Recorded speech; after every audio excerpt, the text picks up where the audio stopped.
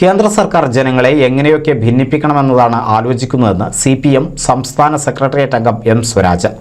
ലോക്സഭാ തെരഞ്ഞെടുപ്പിനോടനുബന്ധിച്ച് കൂടല്ലൂരിൽ സംഘടിപ്പിച്ച LDF പൊതുയോഗം ഉദ്ഘാടനം ചെയ്യുകയായിരുന്നു സ്വരാജ്. 2 MP ഒക്കെ ഉള്ള പാർട്ടി അവരെല്ലാം നമുക്ക് ഒരുമിപ്പിക്കാൻ പറ്റും. പക്ഷെ ഒരു 10 പേര് നമുക്ക് വേണം.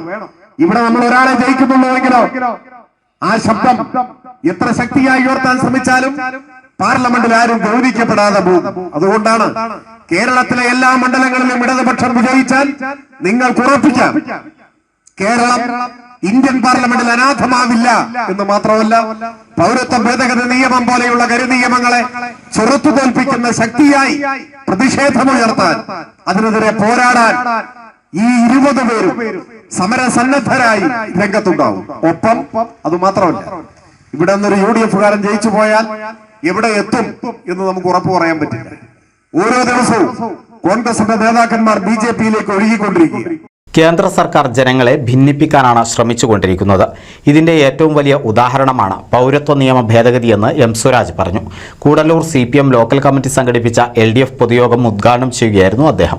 രാജ്യത്തിന്റെ ഭാവി, കേരളത്തിന്റെ ഭാവി, നമ്മുടെ മതനിരപേക്ഷ സാഹചര്യം നിലനിർത്തേണ്ടുന്നതിന്റെ ആവശ്യകത, ഇതെല്ലാം പരിഗണിച്ചുകൊണ്ട് ഇടതുപക്ഷ ജനതയെ വൻപിച്ച ഭൂരിപക്ഷത്തോടുകൂടി വിജയിപ്പിക്കണം എന്ന് ഈ നാടാകെ മാറുകയാണ്.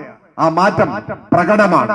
P. സുധീഷ് അധ്യക്ഷത വഹിച്ചു. ജില്ലാ കമ്മിറ്റി അംഗം PN Mohanan, area secretary TP Muhammad, CPM Koodallur local secretary Abdul Hameed Thathath, PK Balakrishnan, TK Radhakrishnan തുടങ്ങിയവർ പങ്കെടുത്ത് സംസാരിച്ചു. NCV news Thrithala.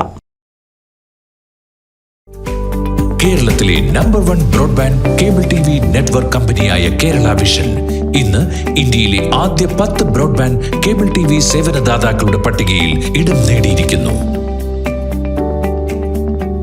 Vision success, ആഘോഷിക്കാം ഈ അഭിമാന നേട്ടം.